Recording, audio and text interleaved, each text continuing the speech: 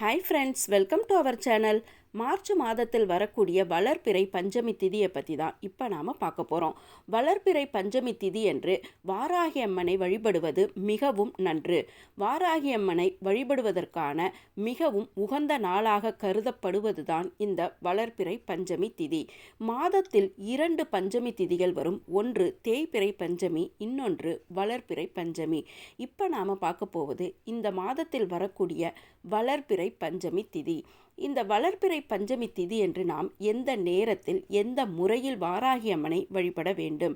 மிகவும் முக்கியமாக தீராத கடன் பிரச்சனையில் இருப்பவர்கள் இந்த வளர்பிறை பஞ்சமி திதி என்று கண்டிப்பாக வாராகி அம்மனை இந்த முறையில் நீங்கள் வழிபாடு செய்ய வேண்டும். சரி, இப்போ நாம் இந்த மார்ச் மாதத்தில் வரக்கூடிய வளர்பிறை பஞ்சமி திதி எந்த நாளில் வருகிறது என்றும் அன்றைய தினத்தில் நாம் எந்த முறையில் எந்த நேரத்தில் வழிபாடு செய்ய வேண்டும் என்பதையும் பார்க்கலாம். ஒரு சிறிய வேண்டுகோள், இந்த பதிவு பிடிச்சிருந்துன்னா லைக் பண்ணுங்கள், ஷேர் பண்ணுங்கள், கமெண்ட் பண்ணுங்கள், மறக்காமல் சப்ஸ்கிரைப் பண்ணுங்கள். வாங்க இப்போ இந்த பதிவில் நம்ம போகலாம். சக்தி வாய்ந்த தேவியாகவும் சப்த கன்னிமார்களில் 5ஆவதாக இருப்பவளும் பஞ்சமி திதிக்கு உண்டான நாயகியாகவும் இருப்பவள்தான் இந்த வாராகி அம்மன். இந்த வாராகி அம்மனை நாம் நம்முடைய குல தெய்வமாகவும் இஷ்ட தெய்வமாகவும் காக்கும் தெய்வமாகவும் இதற்கும் மேலாக ஒரு அன்னையாகவும் வைத்து நாம் நமது இல்லத்தில் வணங்க வேண்டும். இந்த வாராகி அம்மனை வழிபடும் இல்லத்தில் எப்பவுமே எதிரிகளின் தொல்லை என்பது இருக்காது. எந்த இல்லத்தில் வாராகி அம்மன் சிம்மாசனம் போட்டு அமர்ந்து கொண்டு இருக்கின்றாளோ அந்த இல்லத்தில் இருக்கின்ற கஷ்டங்களை அவள் பொடி பொடியாக ஆக்கி அந்த இல்லத்தில் செல்வ வளத்தை பெருக்கி அங்கு இருப்பவர்களை எப்போதும் சந்தோஷமாக வைத்து கொள்வாள் இந்த வாராகி அம்மன். அப்படிப்பட்ட இந்த வாராகி அம்மனை நாம் அனைவருமே நமது இல்லங்களில் வைத்து வழிபாடு செய்ய வேண்டும். மிகவும் முக்கியமாக இந்த பஞ்சமி திதிகளில் நீங்கள் உங்களது இல்லத்தில் வாராகி அம்மன் வழிபாட்டை கட்டாயமாக செய்ய வேண்டும். வாராகி அம்மன் என்பவள் உக்கிரமான தெய்வமாவாள்.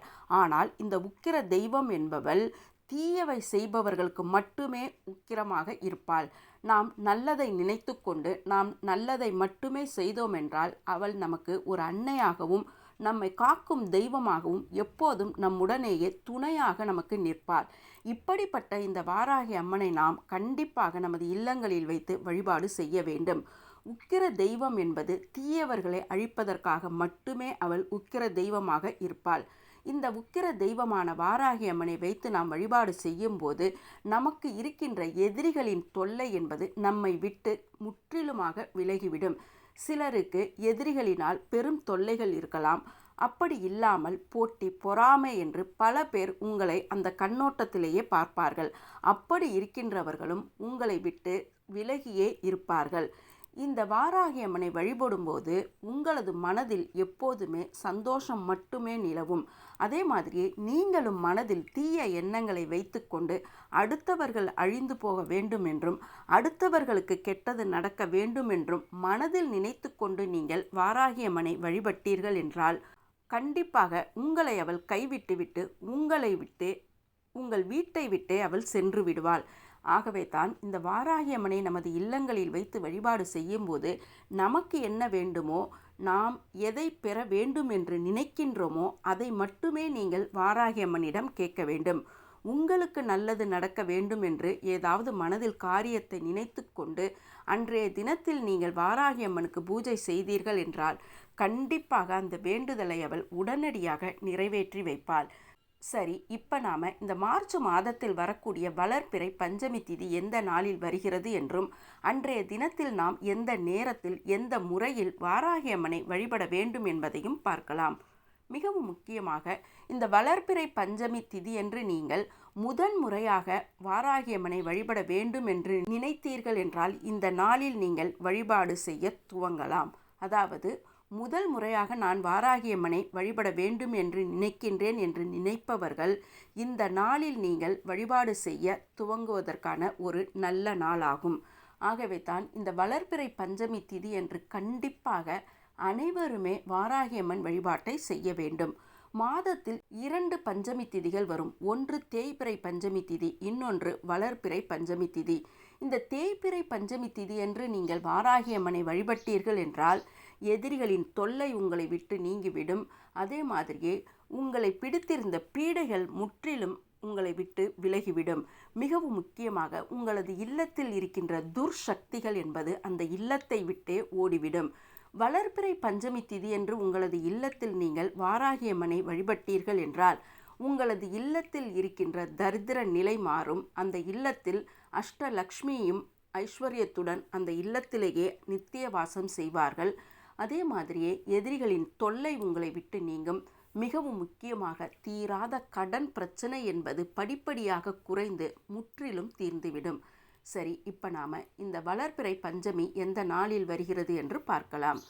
இந்த மார்ச் மாதத்தில் வரக்கூடிய வளர்பிறை பஞ்சமி திதி என்பது 18ஆம் தேதி ஆரம்பமாகிறது. அதாவது 18/3/2025 செவ்வாய்க்கிழமை என்று இரவுதான் இந்த பஞ்சமி திதி ஆரம்பமாகிறது.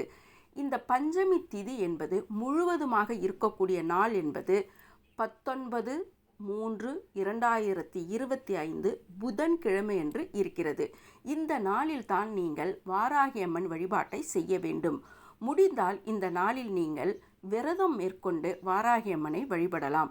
விரதம் இருக்க முடியாதவர்கள் இந்த ஒரு நாளில் அசைவ உணவு, பூண்டு, வெங்காயம் இவைகளை கட்டாயமாக தவிர்த்து விட வேண்டும். மற்றபடி நீங்கள் சைவ உணவை உண்டு இந்த வாராகி அம்மனை வழிபாடு செய்யலாம். உங்களது இல்லத்தில் வாராகி அம்மனின் படமோ விக்கிரகமோ இல்லை என்றால் ஒரு தீபத்தை ஏற்றி வைத்து அந்த தீபத்தில் வருகின்ற தீபச் சுடரையே நீங்கள் வாராகி அம்மனாக நினைத்து வழிபாடு செய்யலாம். அந்த தீபம் என்பது மண் அகலால் செய்யப்பட்டதாக இருக்க வேண்டும். ஒரு பெரிய மண் அகல் தீபத்தை எடுத்துக்கொண்டு அந்த அகல் விளக்கில் 5 இடங்களில் மஞ்சள் குங்குமம் இட்டு அதற்கு பூ வைத்து அந்த அகல் தீபத்தில் சுத்தமான நல்லெண்ணெய் விட்டு பஞ்சு திரி போட்டு தீபம் ஏற்ற வேண்டும். இந்த தீபத்தை நீங்கள் ஒரு தட்டில் அரிசி நிரப்பி அந்த அரிசியின் மேல் இந்த தீபத்தை வைத்து ஏற்ற வேண்டும். இந்த முறையில் தான் உங்களது இல்லத்தில் வாராகி அம்மனை எழுந்தருளச் செய்ய வேண்டும். உங்களது இல்லத்தில் வாராகி அம்மனின் படமோ விக்கிரகமோ இருந்தால், படமாக இருந்தால் படத்தை துடைத்து நெற்றியில் மஞ்சள் குங்குமம், அவளுடைய திருக்கரங்களிலும் மஞ்சள் குங்குமம் இட்டு அன்றைய தினத்தில் செவ்வரளி பூ மாலை, விரலி மஞ்சள் மாலை, வேப்ப இலை மாலை தொடுத்து சாத்தலாம். விக்கிரகமாக இருந்தால் விக்கிரகத்திற்கு பால், தேன், தயிரால் அபிஷேகம் செய்து துடைத்து வஸ்திரம் அணிவித்து அவளுக்கு நெற்றியில் மஞ்சள் குங்குமம் இட்டு அனைத்து திருக்கரங்களிலும் மஞ்சள் குங்குமம் இட்டு செவ்வரளி பூ மாலை, விரலி மஞ்சள் மாலை, வேப்ப இலை மாலை சாற்றி வழிபாடு செய்யலாம்.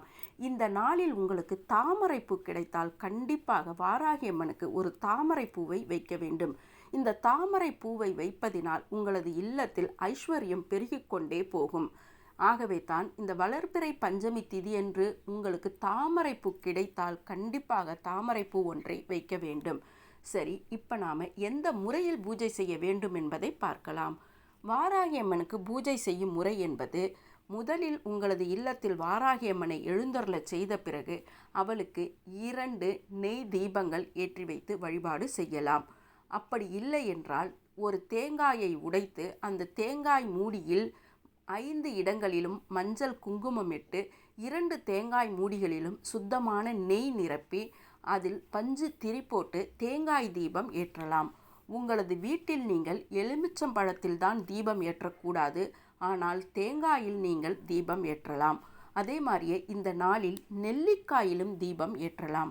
வளர்பிறை பஞ்சமி திதியன்று நீங்கள் நெல்லிக்காயில் தீபத்தை ஏற்றினீர்கள் என்றால் அந்த இல்லத்தில் பண வரவு என்பது இருந்து கொண்டே இருக்கும். மிகவும் முக்கியமாக இந்த நெல்லிக்காயில் தீபம் போடும்போது நெய் விட்டு மஞ்சள் திரி போட்டு தீபம் ஏற்ற வேண்டும். இதுதான் மிகவும் முக்கியமானது. அதே மாதிரியே தீபம் ஏற்றிய பிறகு வாராகி அம்மனுக்கு தூப தீப ஆராதனை காட்டி, உங்களால் வாராகி அம்மனின் ஸ்லோகங்களை படிக்க முடியும் என்றால் படிக்கலாம். அப்படி முடியாதவர்கள் ஜெய் வாராகி, ஜெய் ஜெய் வாராகி என்று 108 தடவை சொல்ல வேண்டும். இந்த மந்திரத்தை சொன்னாலே அந்த இல்லத்தில் வாராகி அம்மன் என்பவள் சிம்மாசனம் போட்டு அமர்ந்து கொண்டு இருப்பாள். 108 தடவை ஜெய் வாராகி, ஜெய் ஜெய் வாராகி என்று சொல்ல வேண்டும். அதன் பிறகு அவளுக்கு நெய்வேத்தியத்தில் சக்கரவள்ளி கிழங்கு வேக வைத்து வைக்கலாம். மாதுளை முத்துக்களுடன் தேன் கலந்து வைக்கலாம். வெண்ணெய் எடுக்காத தயிர் சேர்த்து தயிர் சாதம் செய்து வைக்கலாம். மிகவும் முக்கியமாக பானகம் செய்து வைக்க வேண்டும். பஞ்சமி நாயகியாக இருக்கக்கூடிய வாராகி அம்மனுக்கு நீங்கள் பானகம் செய்து வைத்தீர்கள் என்றால் அவள் மனம் குளிர்ந்து உடனேயே உங்களுடைய வேண்டுதலை நிறைவேற்றி வைப்பாள்.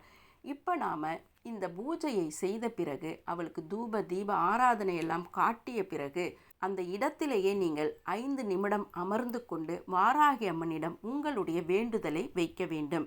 உங்களுக்கு என்ன வேண்டுதல் இருக்கோ அந்த வேண்டுதலை அவளிடம் 5 நிமிடம் அவளை பார்த்தவாறே நீங்கள் சொல்ல வேண்டும். இந்த வேண்டுதலில் கடன் பிரச்சனை இருந்தால் அந்த கடன் தொகையை சொல்லி நீங்கள் அவளிடம் சொல்ல வேண்டும். அதே மாதிரி என்ன காரியம் உங்களுக்கு உடனடியாக நடக்க வேண்டுமோ அந்த காரியத்தையும் அவளிடம் சொல்ல வேண்டும்.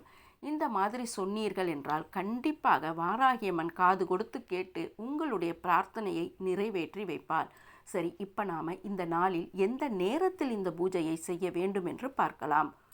மார்ச் மாதத்தில் வரக்கூடிய வளர்பிறை பஞ்சமி திதி முழுவதுமாக இருக்கக்கூடிய நாள் என்பது 19/3/2025 புதன்கிழமை என்று.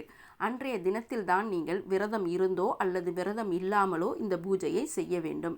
இந்த பூஜையை செய்கின்ற சிறந்த நேரம் என்பது மாலை 6:30 8:30 இந்த பூஜையை செய்ய வேண்டும்.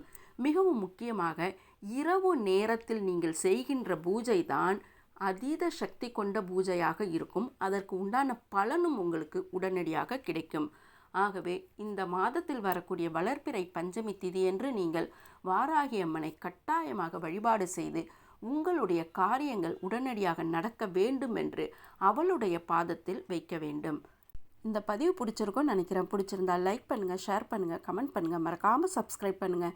மீண்டும் ஒரு நல்ல பதிவுடன் உங்களை சந்திக்கின்றேன். வணக்கம்.